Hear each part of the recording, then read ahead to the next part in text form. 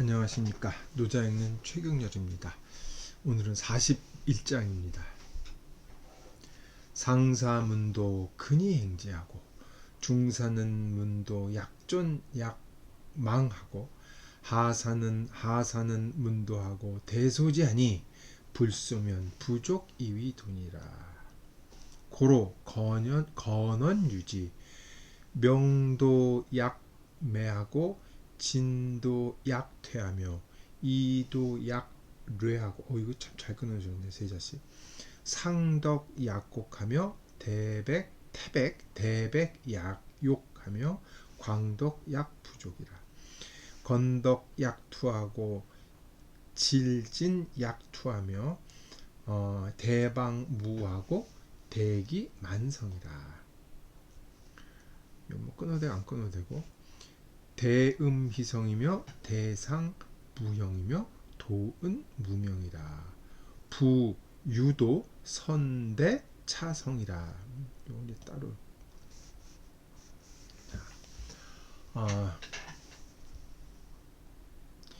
이런데 부족 2위도에 이제 큰 단락이 끊어지고 이제 작게 제가 일부러 끊은 겁니다. 상사는 훌륭한 최상급 훌륭한 선비는 도를 들으면 부지런히 실천하고, 중간치기 가는 선비는 도를 들으면 있는 것 같기도 하고 없는 것 같기도 하고, 뭐 어떤 분은 긴가민가 이렇게 얘기하기도 하시는데, 있는 것 같기도 하고 없는 것 같기도 하고 라고 생각을 하고, 핫바의 선비는 도를 들으면 크게 웃는다, 비웃는다는 의미가 강하죠. 크게 웃는다. 웃지 않으면 도라고 할 수가 없다. 그러므로 건언에 이러한 말이 있다. 제가 이 세미콜론을 찍었죠. 콜론을 찍었죠. 밝은 도는 어두운 것 같고, 나아간 도는 물러나는 것 같고, 평평한 도나 길이나 평평한 길은 어그러진 것 같고. 레자 희한한 글자가 나왔죠. 훌륭한 덕은 계곡과 같고,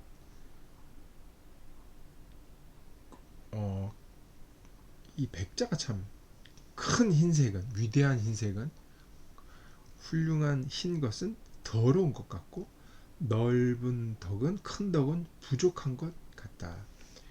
우뚝 선 덕은 구차해 보이고, 질박하고 참된 것은 이게 뭐라 그럴까, 얄팍해 보이고 얍삽해 보인다거나 요즘에 그런 거죠. 큰 모서리는 모퉁이가 없고, 큰 그릇은 이루어지지 않으며, 요거에 주목하십시오. 이루어지지 않으며. 큰 소리는 소리가 들리지 않고, 큰 형상은 형태가 없으니 도는 감추어져서 이름이 없다. 오로지 도만이 잘 빌려주고 또 이루어진다. 여기 이제 선자가 생략된 거죠. 잘 빌려주고 잘 이루어진다. 대자는 빌려준다는 뜻이고, 잘 베풀고 널리 나눠주고 잘 이루어준다. 대충 이런 의미로, 이런 의미가 아니죠. 이렇게 해석이 될 수가 있겠습니다. 이것도 도에 관한 얘기, 도로 일관된 논지를 벌이고 있죠. 근데 재밌는 건 첫 구절에서 도에 대해서 얘기하기 전에 도에 대한 사람들의 반응을 먼저 얘기하고 있죠. 이게 문도란 말이에요. 도를 듣다. 논어에 보면 유명한 말이죠. 조문도면 석사가이라. 선생님께서 말씀하시기를 아침에 도를 들으면 저녁에 죽어도 좋겠다.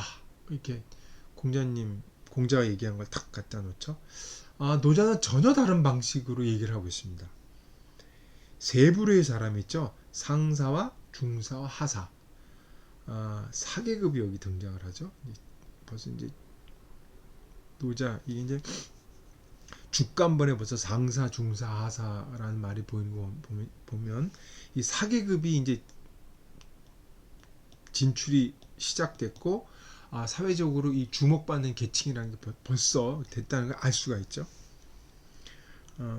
그래서 이 노자 자체도 사계급을 염두에 두고 있다는 게 명확해지죠.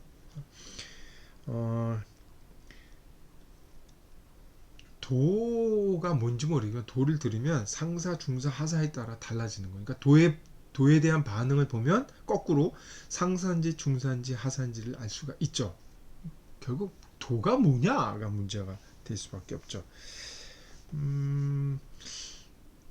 도가 뭔지는 저도 모르겠어요. 다만 이렇게 잠정적으로 아마 얘기를 하자면 눈에 보이는 것, 수량화하거나 예측할 수 있는 것, 아니면 현세적이고 세상의 가치를 넘어서는 보이지 않는 것, 가치 있는 무엇. 그러니까 눈에 보이고 수량하고 예측할 수 있는 게 세상 사람들 사고방식인데 그거 너머에 있는 거죠. 눈에 보이지도 않고 가치가 있는, 그러나 사람들이 잘 있다고 감지하지 못하는. 옛날엔 이거를 진리라는 말로 썼는데 지금 진리란 말이 하도 오염이 되고 진리를 이상하게 쓰는 바람에 그냥 좀 하여튼 낡은 언어를 하자면 뭐 진리 같은 거일 수도 있을 거예요. 세상살이에 바쁜 사람들, 현세에 중심을 두고 있는 사람들한테는 이 보이지 않는 것, 눈에 보이지 않는 뭐 가치가 있다는 것 자체가 일종의 사치죠. 가치가 사치가 돼버린 시대가 됐는데, 그러니까 쓸모 없는 거죠. 그리고 무가치한 거죠. 쓸모 없는 것. 그렇게 되면 어떡합니까? 그런 얘기 들을 때 웃을 수밖에 없죠. 그래서 웃는 겁니다. 하사는 문도하며 크게 웃죠. 그거 없이도 살 수 있다고 생각을 하고 실제로 그렇게 사니까. 근데 비가 오거나 구름이 끼었다고 해서 해가 안 뜬 것은 아니듯이 돈은 존재한다고 생각하는 게 노자의 이 일관된 원칙이자 사유입니다. 아무리 해를 보고 욕하고 등을 돌려도 해는 늘 떠있기 마련이죠. 우리가 의식을 하거나 안 하고 상관이 없이 부정하고 비난을 해도 그거 아무 관련이 없이 해는 있는 거죠. 노자 사고 방식 참 재밌죠. 근데 이 문장이 이 명문이 된 까닭은 상사, 중사, 하사라는 그 사람들의 그 멋진 반응, 그 사람들의 반응에 대한 멋진 그 기술, 그 사람 서술 뒤에 이 마지막 문장 때문에 그래요. 불 쏘면 부족 입이 돌아. 저는 이거 참 우아하게 반전을 보여주는 글이라고 표현을 하고 싶은데, 도를 모르는 자들에 대한 분노, 비아냥, 이거 저것들이 그렇지라는 훈계, 아니면 우월의식, 도를 안다고 자처하는 사람들이 흔히 빠지는 실수, 멍청한 반응들이 그런 것들이란 말이에요. 분노하거나 비아냥거리거나 냉소하거나 가르치려고 들거나. 근데 그런 태도를 보이지 않고 여유롭게 유머로 받아들이는 자세죠. 이게 참 갖기 힘든 건데 전 이걸 대단히 노자스럽다고 표현을 하고 싶습니다. 저는 이런 게 유머라고 생각을 하는데 모르겠습니다. 굉장히 좋은 읽을 때 그리 확 살죠. 여기 이제 첫 번째에서 도에 대해서 던지죠. 도가 뭐그래 하는데 저렇게 반응을 보였다 하고 미끼라 그래요. 유혹하는 글쓰기이죠. 이게 딱 유혹을 하면 사람들이 결국 이제 도가 뭐지라고 생각을 하게 되는데, 그러므로 건언에 이런 말이 있다. 그렇죠. 건언은 책 제목으로 보기도 하는데, 건언 이제 우뚝하게 솟은 말, 뭐 건실한 말, 좋은 말, 뭐 이런 뜻이죠. 요즘 말하면 뭐 금언, 격언 이런 의미일 거예요. 그러니까 옛부터 전해오는 좋은 말을 담은 뭐 책 제목일 수도 있고 그런 의미이기도 하죠. 그래서 이제 그 다발들을 얘기하죠. 한 다발, 두 다발, 세 다발, 그 다음에 네 다발 얘기하는데 대상 무형까지 12가지를 얘기를 하고 마지막에서 요거를 딱 정리를 하죠. 그래서 이 건원 유제 찍고 12가지를 다 얘기를 하는데, 제가 요거 이제 이렇게 세미콜론 중간에 찍었죠. 세 개가 한 무더기예요. 매, 퇴, 뢰. 그죠? 곡, 육, 족. 투, 무. 성자가 다르네. 무가 여기서 끝나죠? 대기만 성, 형. 운이 떨어지죠. 마지막도 명을 해서 운이 떨어집니다. 지난 시간에도 제가 한번 말씀드렸나요? 틈날 때마다 말씀을 드리는데 이 노자라는 책은 전체가 운문입니다. 운문. 그래서 글이 이 낭송을 하면 이 리듬이 굉장히 좋은데 여기서 그렇게 썼죠. 도가 뭐냐? 라고 얘기할 때 사람들이 문도라고 도가 뭐냐? 도는 명한데 매해 보이고 그렇죠? 진인데 퇴로 보이고 이 평평한데 뢰 울퉁불퉁 어긋나 보이고 그 다음에 상인데 높은 거죠. 높고 우뚝한데 곡 낮고 비어 보이고 가장 순결한 색인데 더러워 보이고 넓고 큰데 부족해 보이고 그쵸?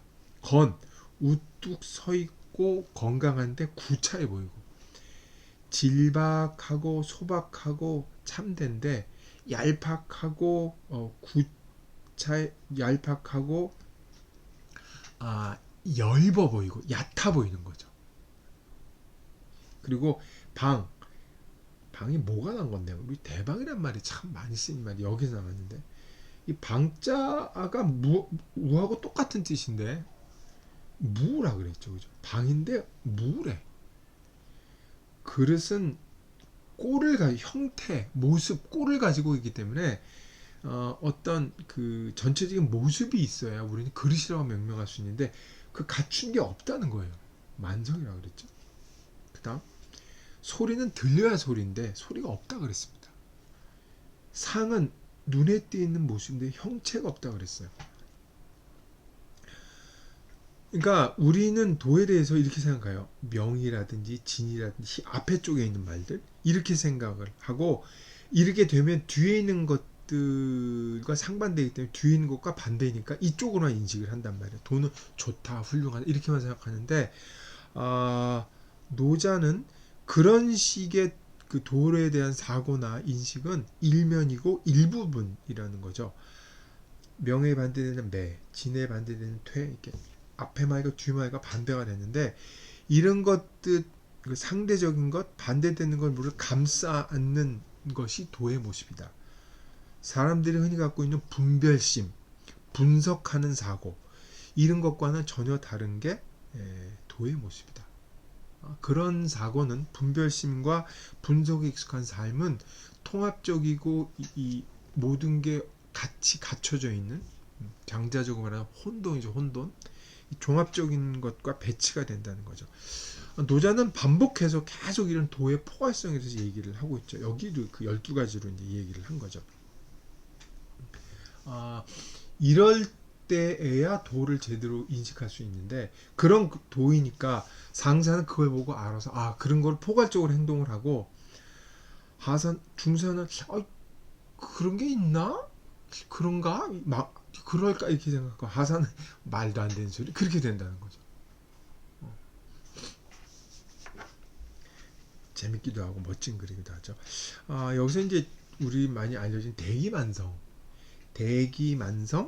대성, 대음희성, 대상무용. 여기서 희자라든지 무자라든지 이 대기만자라든지 이건 다 부정어입니다. 이건 문법적으로도 부정할 수가 없고 이 부정어라는 걸 우리가 부정할 수가 없어요. 정확히 부정어입니다.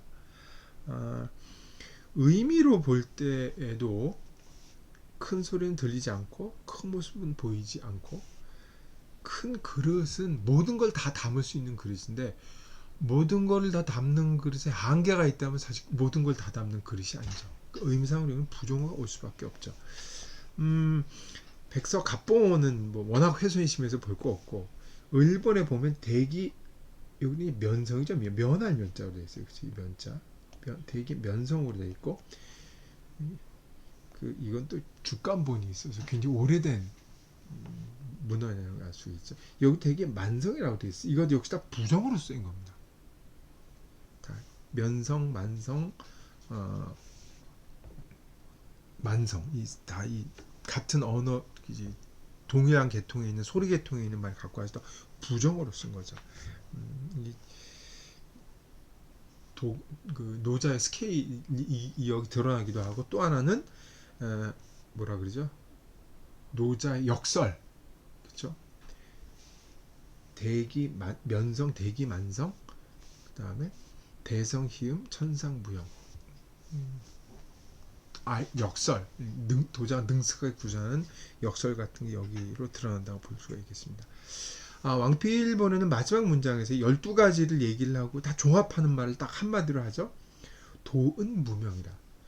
도는 숨겨져 있으니 뭐라고 명명할 수가 없다. 지칭할 수가 없다. 가리킬 수가 없다. 가리킬 수가 없다 그러면서 앞에 12가지로 그 성질을 얘기한 거죠. 이렇게 반대되는 개념을 쌓고 있고 포괄적이고 통합적이고 그렇기 때문에 우리가 얘기를 해봤자 12가지지만 이게 120가지, 12,000가지로 얘기할 수가 있고, 이런 식으로 자꾸 일면만 얘기를 하면 이름할 수가 없다는 거죠. 내가 이렇게 숱하게 반복을 하는 건 이름할 수 없기 때문에 반복한다는 거 보여주는 거예요. 은자를 썼어요.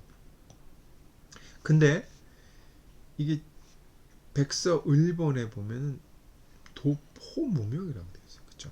도포무명. 여기 주간 보니 그 뒤에 부분이 빠져 있죠. 여기인데 포자는 이게 우리 포평하다 할 때 포상하다, 상을 주다, 칭찬하다 뜻인데 이게 넓다, 크다, 거대하다는 뜻이 있습니다. 어떻게 얼핏 보면 이게 왕필본에 쓰는 은자하고 의미가 좀 반대되는 걸로 볼 수가 있는데, 은자를 쓴 까닭은 12가지로 이제 도를 설명을 하면서 이러한 도의 다양하고 이 변화무쌍한 모습, 그러니까 한 군데로 12가지 정도 아니면 수많은 걸로 볼 수밖에 없는, 그나마 그 중에 하나밖에 파악할 수 없는 그런 성질을 갖고 있기 때문에 사람들의 그 좁은 인식이나 이해 체계를 벗어나 있기 때문에 사람들한테는 숨어서 안 보인다는 의미로 썼죠.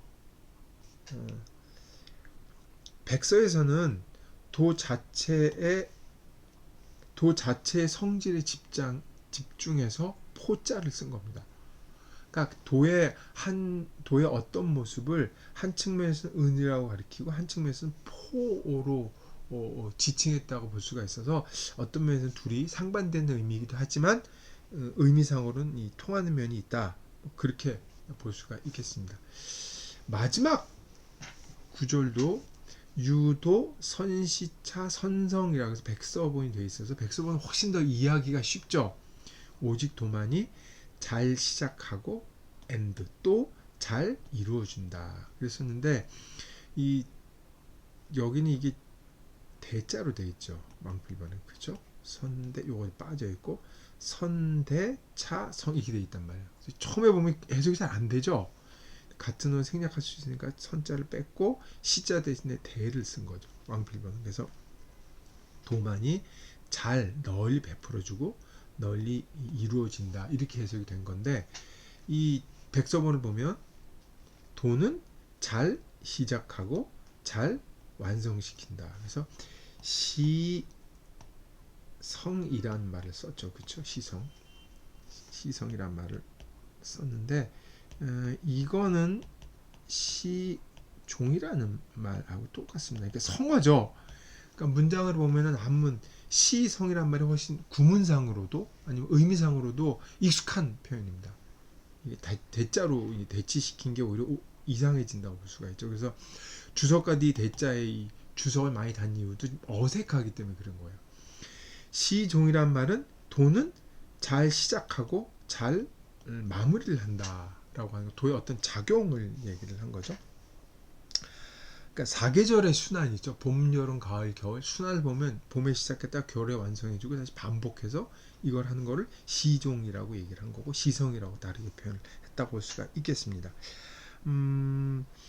이건 도의 성질이기도 하지만 여기서 앞에 시작을 할 때 상사라고 한 중사 아사라는 말을 끄집어냈기 때문에 도를 이러한 도의 성질을 잘 터득해야 한다는 속뜻을 품고 있죠. 그러니까 인간 세상, 인간의 문제, 도 역시 인간의 문제이고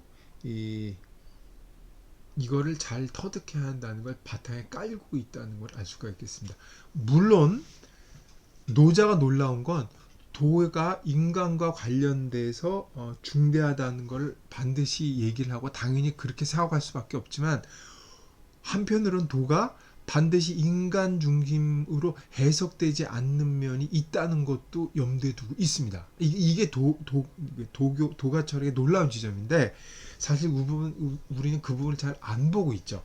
이 부분은 인간과 관련지어서 해석을 할 수 있다는 면을 얘기를 한다고 해석하겠습니다. 일단은.